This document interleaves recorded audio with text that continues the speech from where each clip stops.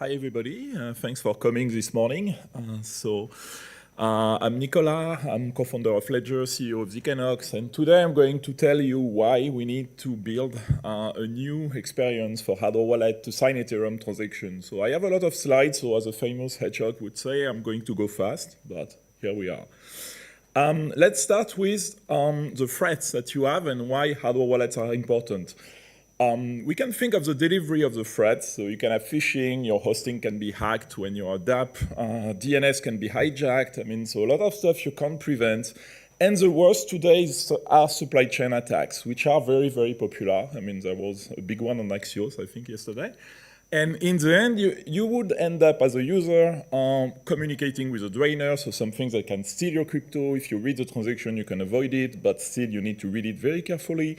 You can end up with something that will redirect you to a malicious contract. So if you just read the ABI, in that case, you would lose money, and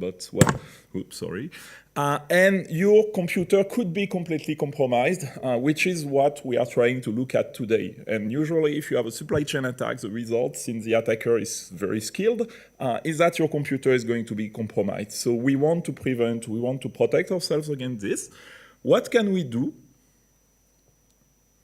We can use a hardware wallet. So everybody should use a hardware wallet. And if you manage funds, even if I hate EDR, so endpoint detection and response, you should have an EDR installed just for the sake of the funds of your users. So that's super important. But now that we said that you should use a hardware wallet, what are we going to do with a hardware wallet? So we're going to clear sign. There are a lot of definitions for clear signing. Mine is going to say you want to display as much information as possible about a transaction, and you want to use the minimum number of third parties to do that. So ideally, you would just have the transaction and you would work with it. So what does clear signing looks like in a hardware wallet, and why is that a problem? First thing, you could just say the hardware wallet could just tell you there is data, so you can't do anything with it. It could display part of the data. In that case, it's worse because it's useless. You have something, you can't do anything with it. It could display you the call data, then it's hard to understand if you don't have a secondary host or display. It could pass the transaction, display you the different fields, you can read the function descriptors, and it's hard to interpret, but it's a little bit better. And ideally, what you want to do, even if you are a nerd, you want to see a clear name for the descriptor, you want to see a clear name for the parameter, and you want to see the content of the parameters. Problem is, to do that, you need knowledge of the ABI. The ABI is not linked to the contract, and you need to provide the ABI to the device. So this is an issue with censorship resistance, in that case, crops. And when there are issues with crops, I'm going to put a little salad emoji here.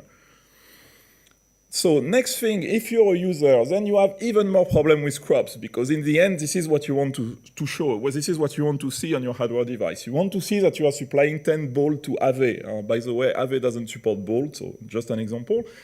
If you are using safe, you don't want to see the signers. You want to see again that you are providing 10 bolt to Aave. So you should be able to see the outcome of the transaction, not all the nitty-gritty details. If you are using a wallet which does account abstraction, so using 4337, again, you don't want to see the different steps. You just want to see that you supply 10 bolts to Aave.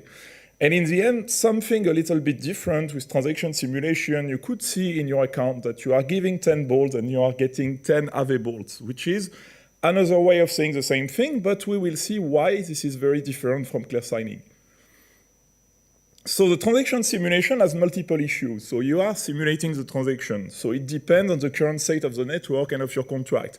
I just came up with a time of signing to time of broadcast, so TOSTOB. Please don't use it because I just came up with it.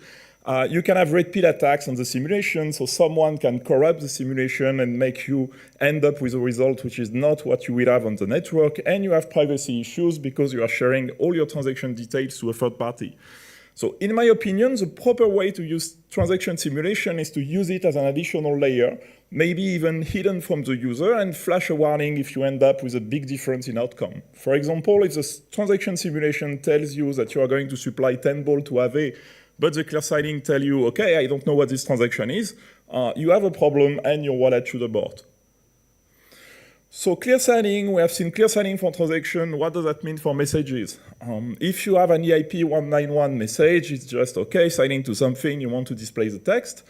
If you have a type message like 712, then you want to read all the parameters, you want to see all the parameters. It's very similar to what you have in a transaction call data, but here the good thing is that it's described in the message, so it's self-described, so it's good because you don't need to provide an ABI.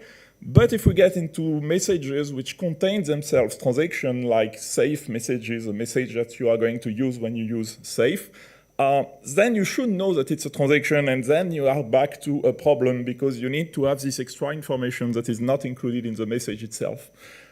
So basically, the problem that we have to clear sign on hardware devices is that we are missing context.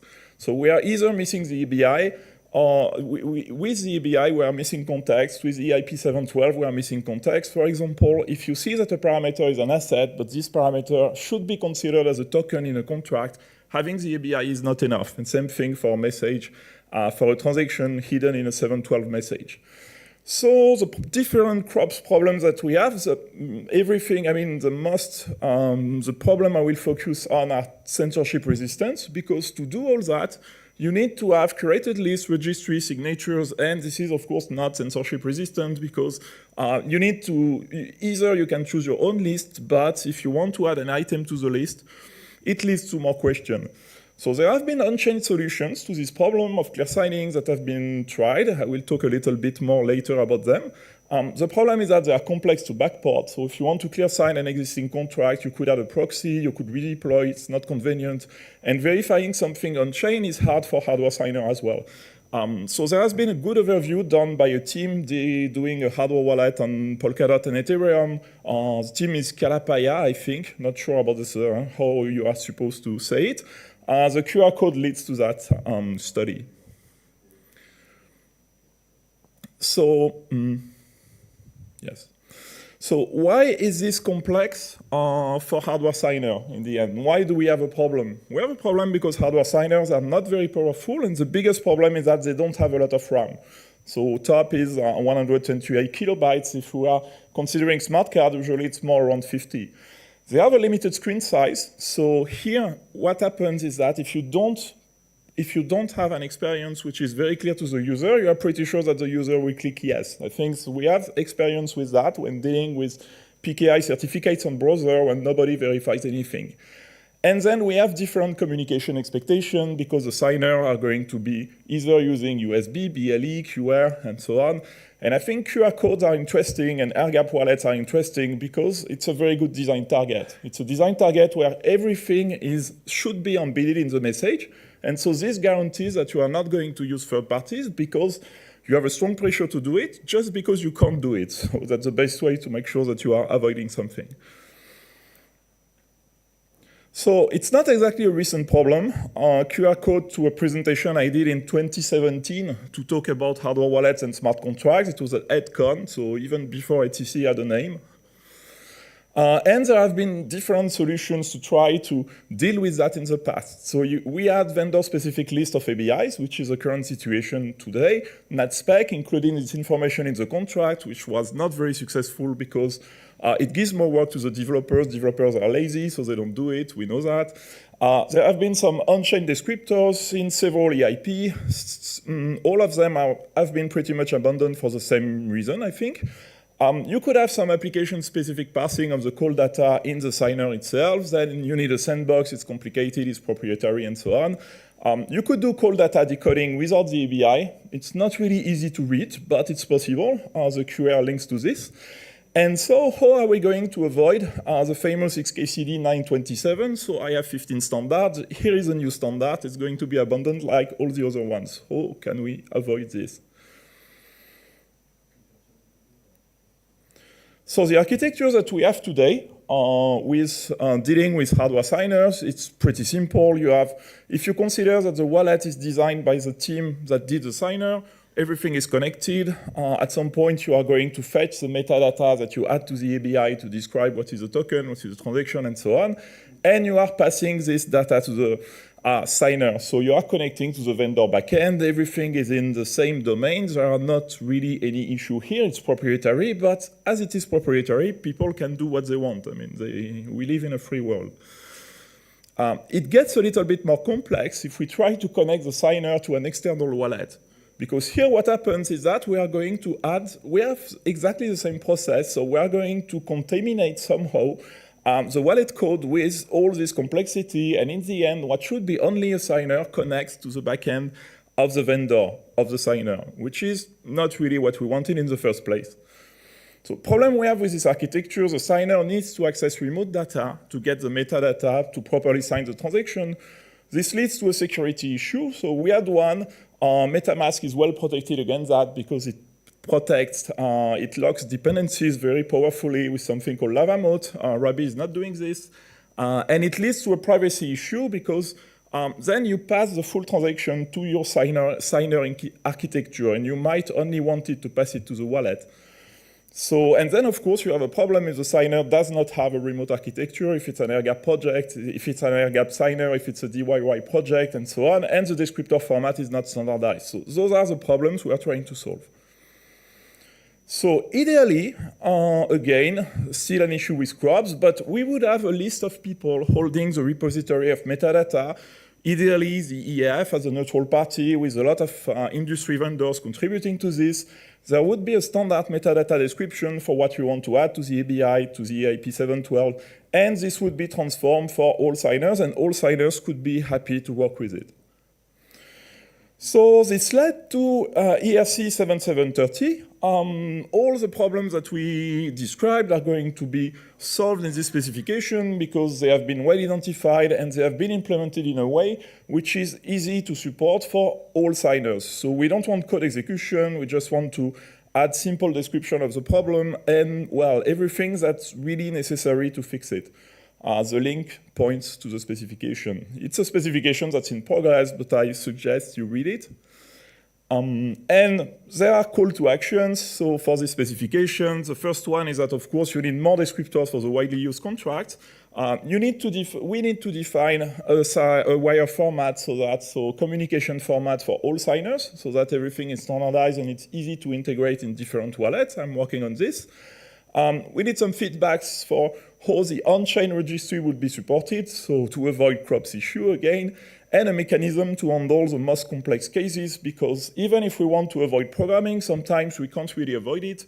If we have a complex batching logic, for example, with safe multisend, or if we are dealing with a contract where the call data does some kind of switch based on instruction on the beginning, like the Uniswap router, then it's difficult to solve that without running code in the signer, and this is typically what we want to avoid. One solution to avoid this that we have been prototyping at zknox is to build a zero-knowledge proof of actually what you want to display. So the idea is that you will have a circuit that will take the transaction, that will output the text that should be displayed by the signer, and in the end, you move all the complex logic from the signer to the outside world, and the signer is just verifying a proof in the end. This is called zClarity, the proof of concept that we did, and QR links to it on GitHub. So what do we want as features in the universal signer application? We want portability. So we want to be able to run on any kind of hardware, existing hardware and new hardware. And for that, I think considering air-gap is a good target because we know that we limit the number of data that should be passed to the wallet, and we will put everything in the same place. We want clear signing, of course. We want to support the emergent privacy needs. So we want to be able to support the privacy protocols, and we want to do clear signing for the privacy protocols, which is not a feature that signers support today. And basically, we want to design it from scratch with crops in mind. So the architecture of the universal signer application is the following. We will have an optional virtual machine, then the core logic that does all the transaction parsing and everything that is necessary to understand the transaction before signing. The display will be specific to the vendor, and we have a hardware abstraction layer for everything that's super specific to the security of the hardware itself. So key management, cryptography, IOs, everything is specific, but basically all the core logic can be reused for all the wallets, so we save a lot of time when porting the application from one wallet to another. Why are we using a virtual machine? So it's completely optional, first thing. The main use case for using a virtual machine is if you lack RAM in the host, in the signer, sorry. So in that case, the RAM will be shared with the host. Not really, it's not really necessary in my opinion. It's only if you want to be compatible with lower devices. And a lack of application management. Today, there are only 2 signers doing application management, Ledger and Passport Prime, which has been released this week. Congrats. So basically, if you want this, and if you don't want to reflash your firmware every time there is a new version of the signer, the virtual machine is useful. Otherwise, it's not very useful. It is inspired from the work done by the Ledger team with Vanadium, with additional hardening against glitch attacks. So here the QR links to the original version of Vanadium. I will be sending a link to the hardened one, on Twitter. Then we need to standardize a wire format. So where should we start? We have CBOR already used today. So CBOR is good. It's a bit like protocol buffers, extensible. So it's a good example of a format we can use. It can be suitable for other transports because it's just a binary transport, so we can just add it. And then how are we going to code? We get to the interesting thing. So I'm going to use a very extensive use of automatic programming, so specification with a higher end frontier model, then choosing the implementation language later, because in the end, when you have a good spec, you don't really care about the language. Models are good to code, so C and Rust. You want a very adversarial testing plan, so you want to have all the security tested here. Mostly, you want to see what happens when people are trying to corrupt the signer, and you want to make sure that the signer is answering correctly. Then you do the code review with different model, and you repeat until you have until you have a configuration that you like. My personal setup, so we call it Boomer setup because it's pretty simple. I'm using Opus 4.6 as a frontier model. I want to use other frontier models to test, and I'm using local models. So basically, after to generate the code and for the development, I'm using Qwen 3.5 in 2 versions, 27 for the dense version to do the specification and test review, and 122 for the development. Mostly using Claude Code, so nothing fancy over there. And well, an example of what can happen when you use AI to design your application, but you forget to make no mistake. So that's why you should always read, what happens when you create something with AI. Very simple example with 712. So if you're not familiar with 712, we define structures, and then to know how to encode the structure, we need to take different parameters of the transaction and concatenate them together. So as a first version, Claude gave me this. I hope it's readable. But basically, it was defining the type of what is going to be signed in a specific message and then sending the field. So here, well, I should have let you some time to guess the problem, but since I don't have time, I will just give you the solution immediately. You have a time of check to time of use problem because if you define different fields in your structure, in a different order, then an attacker could corrupt the message. So what do you do in that case? You say nicely to Claude, okay, there is a talk to vulnerability, can you please fix it? And the fix that came up from Claude is to add an additional check when you transfer the field of the structure and saying, okay, you are going to verify that this field has been provided properly before using FNVLA32, which is a non-cryptographic hash function apparently popular in Rust. What? So I have no idea, why Claude suggested that, but let's say it's not a very good solution. First, because it's non-cryptographic. Second, because it's easy to revert and it's easy to crack. And third, because if you send the message in a different order, then you don't need actually to do this. So then what do? You ask to Claude nicely again, okay, I like this function, but it's not really what I wanted. So how could you do it differently? And since Claude is smart, he will come up with a new scheme where you define the field before, then you refer to them, and so you don't need to have this kind of weird trick where you verify that you passed. And so this is the correct solution. But just to say, don't expect the first solution to be the correct one. You still need to read stuff, and you still need to have a human at the wheel, even if it's very powerful to design an embedded application. So thank you. That was a bit short. I don't have my last slide, but I will give more details on the progress of this on Twitter. You can follow me on btchip, Twitter, BT, and that's it, I guess. Thank you.